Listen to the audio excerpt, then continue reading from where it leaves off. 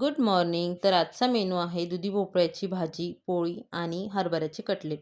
आधी मी भाजी तयार करून घेते आहे. त्यासाठी तेलात मोहरीची फोडणी टाकून वरतून कांदा टाकून परतवून घेतला आहे. त्यात बारीक केलेलं खोबरं आणि लसूण टाकून परतवून घेतलं आहे.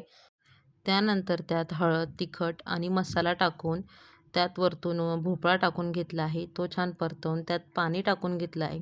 वरतून मीठ आणि कसुरी मेथी टाकून भाजी छान शिजवून घेतली आहे. इथे मी हरभऱ्याची कटलेटची तयारी करते आहे. त्यासाठी इथे मी रात्री भिजवलेले हरभरे आणि बटाटे कुकरमधून शिट्टी काढून घेतली आहे. त्यानंतर ते बारीक करून त्याच्यामध्ये तिखट, मीठ, मसाला, हळद आणि कांदा, कोथिंबीर टाकून छान एकत्र मिक्स करून घेतलं आहे.